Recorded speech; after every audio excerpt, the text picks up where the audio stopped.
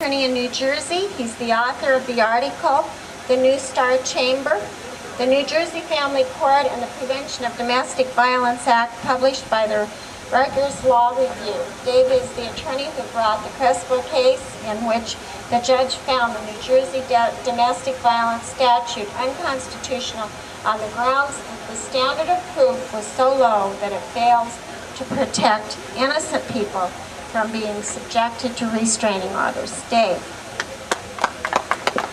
All right.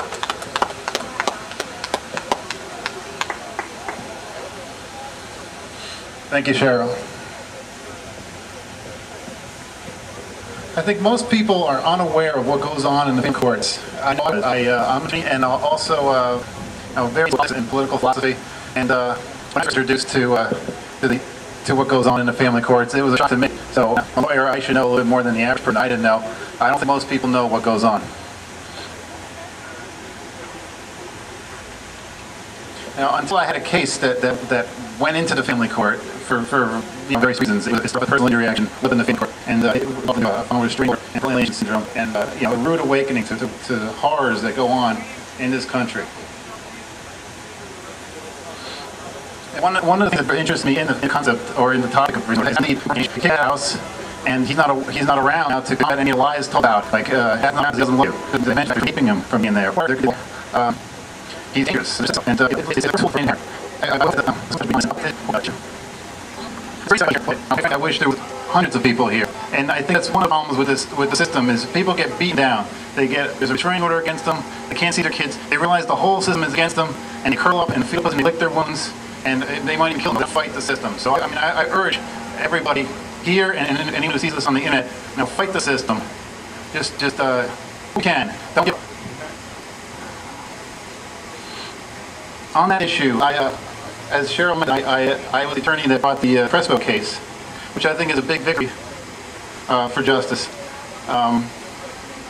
Two issues brought out by the judge: one, that the standard was too low; preponderance is just too easy for an accuser to win on, and also it's too easy for a judge to simply punt or whatever the term is, fudge it, say I believe her more than him, and enter the restraining order. With a clear and convincing standard, which is what Judge Schultz said should be the standard. Judge going to think about what the grounds are for the restraining order and enter them, and an appellate division will be able to analyze his reasoning and critique it. And there'll be more for them to reverse on, because right now the appellate division might think this wasn't a good restraining order, but they have to defer to the fact finding of the trial level judge. So there's not a lot they can do. Another interesting twist or angle that Judge Schultz found was that these restraining order laws violate the separation of powers. They tell the judges what procedures to follow, and in New Jersey at least that's a no-no. And that's a good angle for anyone who is looking to challenge the statute, because judges, like any other political actor,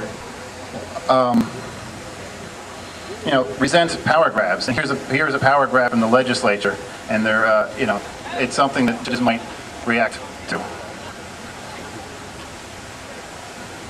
So in closing, I urge anyone who has the initiative and who has a restraining order against or is facing restraining order to make a constitutional argument. The arguments are laid out in the Crespo decision.